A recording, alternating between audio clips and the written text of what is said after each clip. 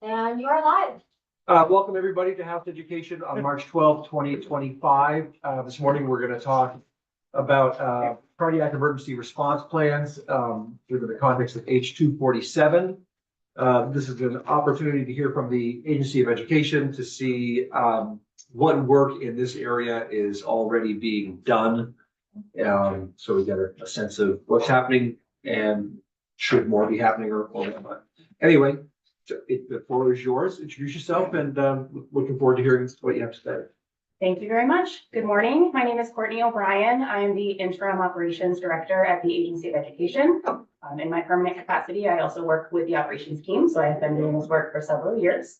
I do have with me, for some subject matter expertise, my colleague Sunny Erickson from the Vermont School Safety Center, School Safety Programs Manager.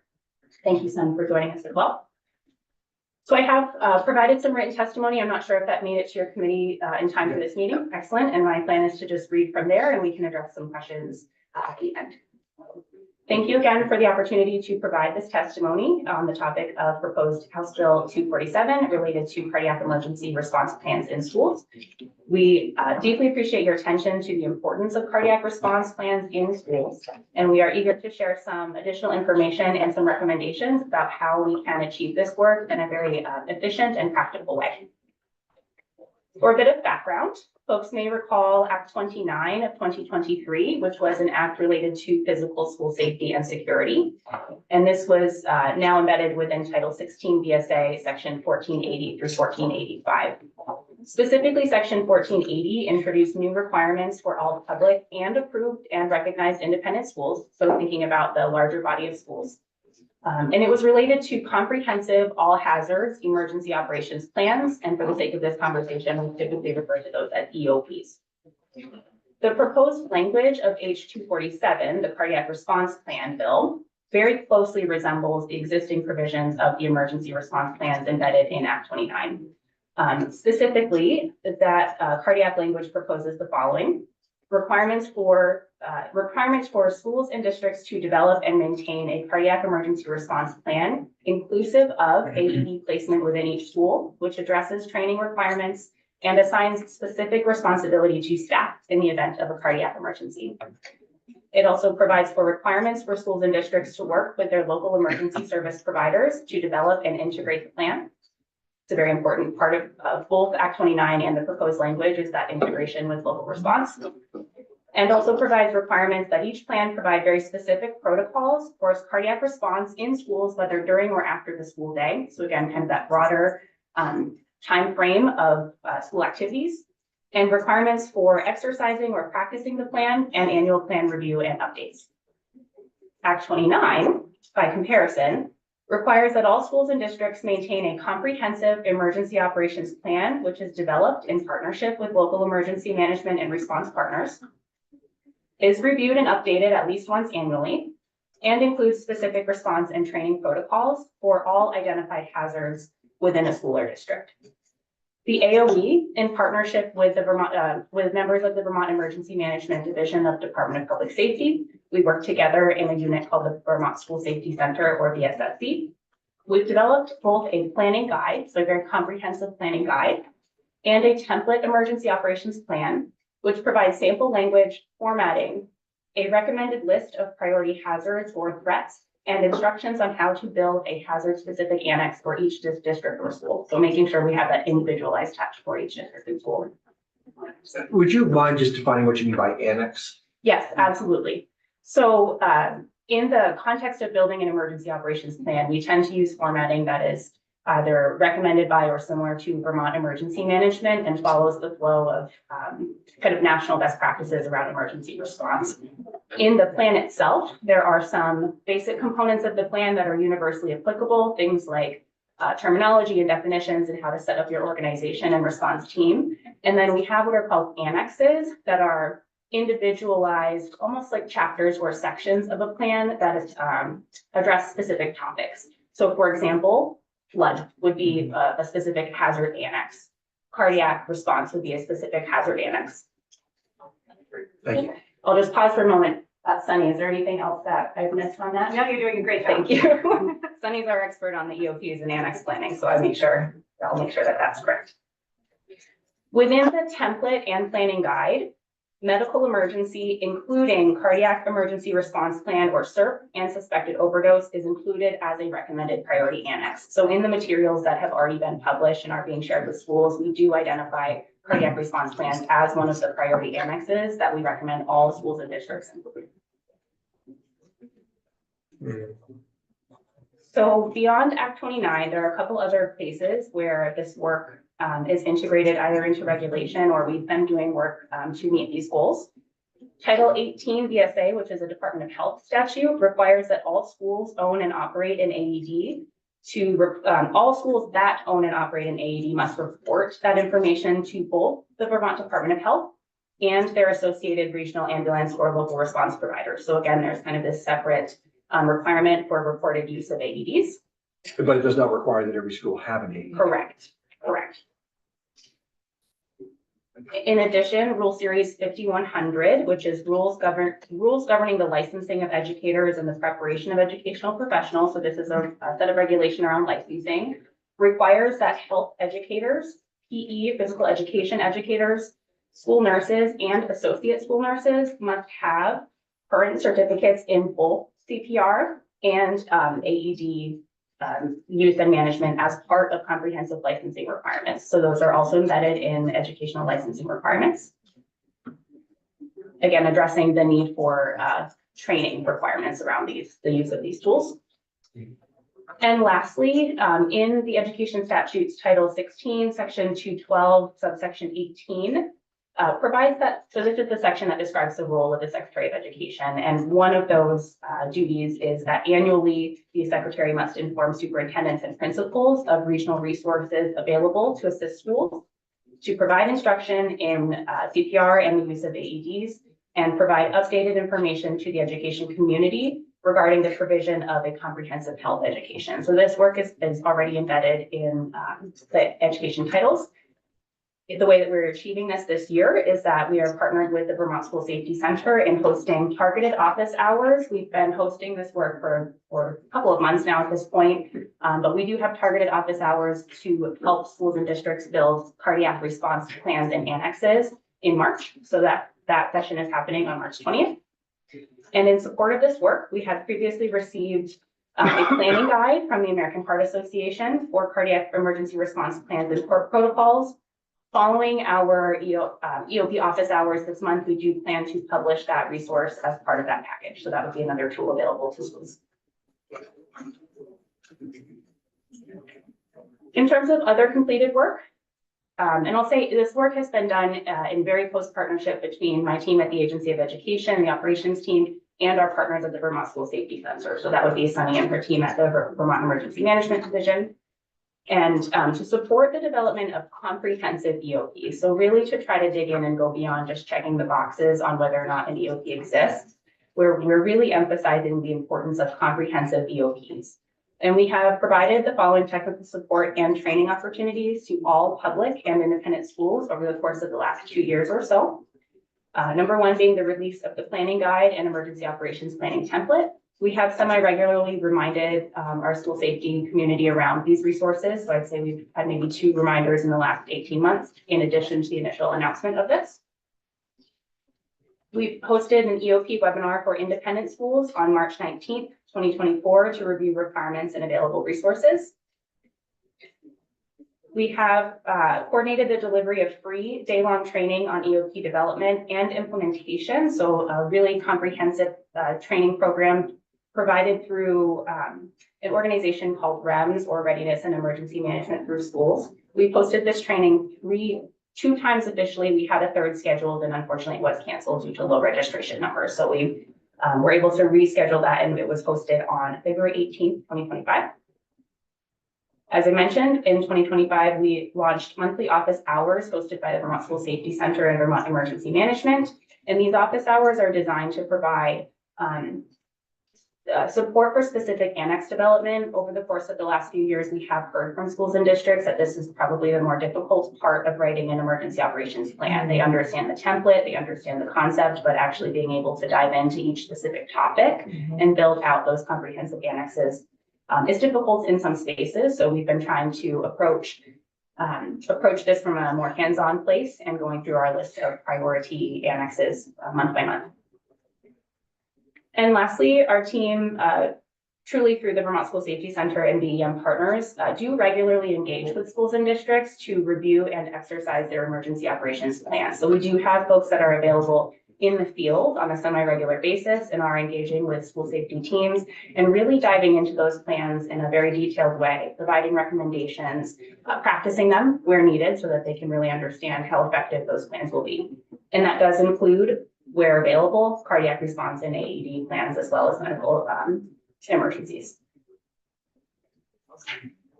Ultimately, the agency, as well as our partners from the Department of Public Safety and in the Vermont School Safety Center, are very much in agreement that ensuring robust cardiac response plans in schools is not only important, but that good cardiac response plans are critical to providing life-saving measures for students and in schools. The existing requirements for emergency operations plans are intended to allow schools to be intentional and nimble with their emergency planning needs. Any requirements established for school emergency planning and preparedness needs to strike the right balance between being descriptive enough that schools can effectively carry out the intent, but not so prescriptive that regulation limits our collective ability to prioritize and respond to evolving hazards. School EOPs reflect a number of life-saving emergency protocols, including but not limited to cardiac and related events, including very specific regulatory language for a single hazard or threat, or a response plan for such is not an effective way to prioritize certain hazards over others. Instead, the agency and our partners at the Vermont School Safety Center strongly recommend that the AOE and VSSC, Vermont School Safety Center, modify the existing planning guide and template to include very specific recommendations for cardiac response annex. As is our existing practice, our teams will work with experts in the cardiac response field to ensure that best practices are captured in a format that is consistent with Vermont emergency management response planning and can be duplicated by a school or district. So that individual aspect to this is also equally important. This approach allows schools and districts to achieve the goal of developing robust cardiac response plans as part of their overall emergency response plan without duplicating resources or creating competing priorities among emergency response regulation. And lastly, in preparation for this testimony, the AOE operations team and Vermont School Safety Center partners connected with representative partners in the education field and found that we did share not only a similar commitment to prioritizing this work without creating competing regulatory priorities, without creating conflicting priorities and challenges for our field partners through new regulation. So again, trying to strike that balance of acknowledging the importance and improving our technical response without adding additional layer of regulation. And if further testimony is requested, we would recommend that this committee may want to discuss with Jay Nichols of the Vermont Principals Association. And that ends my testimony. Thank you. Thank you. Question here. So currently AED are not a requirement in schools? Not that I'm aware of. In the written testimony you gave us, there are the 3 bullets at the beginning. And it says that the language of H247 closely resembles the existing requirements of H29 by proposing the following.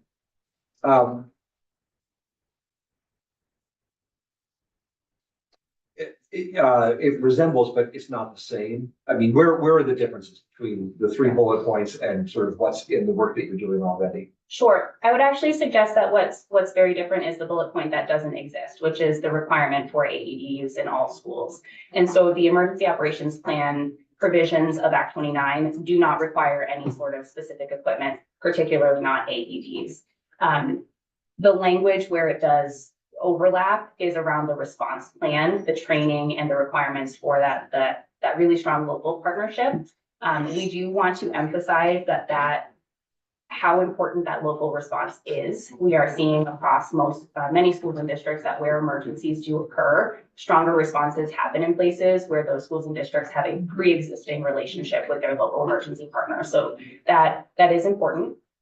Similarly, the training requirements and having those really specific call outs for really in any event, not just a cardiac response event, but in any sort of emergency protocol or process, you need to ensure that the people responsible in your plan for carrying out those duties have achieved the appropriate level of training. And so again, that language is I think universal to both the EOP planning and the cardiac response proposed language. Other questions, folks?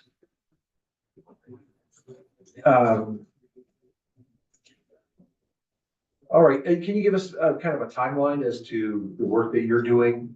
Well, I guess let me ask a couple specific questions. H247 talks about annual training or annual drills. Is that something that is included in your work? Or is that too prescriptive given?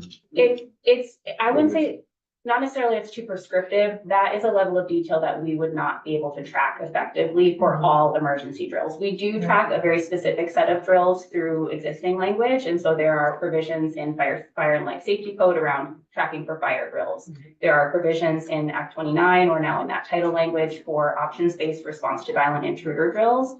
An emergency operation plan is really meant to be unique and specific to the school or district and should provide the district with their own training requirements based on their specific hazards. In a lot of cases, there are shared hazards or again, kind of those threat specific protocols that need to be established that all schools will encounter. And that's where we are trying to focus our time on helping to develop those office hours and taking time to get with schools and say, here's a template, here's a resource, here are some shared considerations that all of you may find valuable, versus drills for things like an evacuation drill in one area of the state may need to happen differently in a separate area of the state, or one school may be much more susceptible to flood or to some sort of natural disaster, where other schools may be more susceptible to an industrial accident based on their proximity to that kind of building. So those very specific drills or exercises should be embedded within the emergency operations plan for each school, but we do not track them at the state level. I would say, wouldn't a cardiac emergency be, I mean, that's not specific to any school. All schools face the same risk. Yep, we would agree. And similarly, in the category of medical events or medical emergencies, acute medical emergencies, there are a handful that we see universally applicable, cardiac being one of them. Our goal with the office hours is to be able to build out a repository of additional template language that we can share on our websites and kind of distribute out from schools, so that schools will have material readily available. They can adjust that material based on the very specific needs or their response plans, but they're not starting from scratch. So that's the hope with our office hours. What's the follow-up to make sure that schools are, doing what they're supposed to do with all of these? Yep, so there are a couple of layers. Act 29 does not require any sort of, there's not a requirement for all EOPs to be reviewed or checked by anyone at the state level. We do have this embedded in our superintendent's assurances at this point. So we are asking superintendents to attest to the fact that this is completed. Sunny, would you mind speaking a little bit to your work and your direct work with schools and how you're going through your plans? Sunny Erickson, School Safety Program Manager with DEM and the School Safety Center. Myself and my colleague Rob Evans, who is the School Safety Liaison Officer, we have been in the field and working in this general area for about 6 or 7 years. We meet regularly with folks that are looking for either a full EOP review or specific portions of their EOP to be reviewed. We will walk through any challenges that might be arising with the planning process. We do exercises, we work on trainings with each of the schools. I would say that we've seen a great increase in the number of schools reaching out for us to be reviewing and helping them further develop their EOPs and their processes. So I would say that we're the technical assistance side, the exercise planning and development side, and we've seen a great need for that. We still see schools that are not adequately prepared, may have no EOP at this point, and our goal has been to be as helpful as possible, provide this great guide, this template that's relatively easy to use as long as they have the considerations of what their specific needs are based on their location, their proximity to certain potential threats. Again, that sounds like it's the burden is on the school to come to you as opposed to a mandate on the school itself. To review the plans. Yeah, and to sort of ask for help if they need it. Correct. Yeah. We do advertise our office hours through the School Safety Center website, through our trainings when we're out in the field. We're inviting people in as often as possible, doing as much outreach as possible, but also capacity is limited for a lot of schools. So I would say that there's probably an even greater need than what we're seeing in attendance numbers and things like that. But we are trying to be as proactive with our outreach and availability as possible, but also schools are really pretty well booked right now. Their capacities are limited. But I guess that's my concern is that if schools are obviously got a lot going on, they're distracted with many, many things. Could a small high school out there be cruising right along without any sort of cardiac emergency response plan? I suppose potentially, part of the provisions of Act 29 and the assurances for superintendents to comply with such, do require that it's not just an EOP, right? The language is not so vague that we're requiring an emergency operations plan, but very specifically that we require an emergency operations plan that is at least as comprehensive as the template provided by the AOE and Vermont School Safety Center. So at this point, we would assume that if, as we do with superintendent's assurances, if they are attesting yes, that is complete, that the emergency operations plan that they have has at least all of the components that exist in the template, which right now include that recommended prioritization of cardiac response and medical emergency. I'll also note quickly for the record, this work and the outreach and communication that Sunny was just referring to and some of the work that we've been talking about today is really heavily embedded in all of our school safety work. We've really approached Act 29 as kind of a comprehensive approach to school safety. And so this idea of if schools are not reaching out to us for help, it's not because they haven't heard that it's available at this point, right? We've done a pretty significant outreach. We partnered to host the Vermont Governor School Safety Conference this past September, and we did have a section of that conference dedicated to emergency operations planning and annex development, hosted by Sunny and some of her colleagues as well. So it is work that is ongoing and that we regularly communicate. Any other questions, committee? Thank you very much for the time this morning. Appreciate it.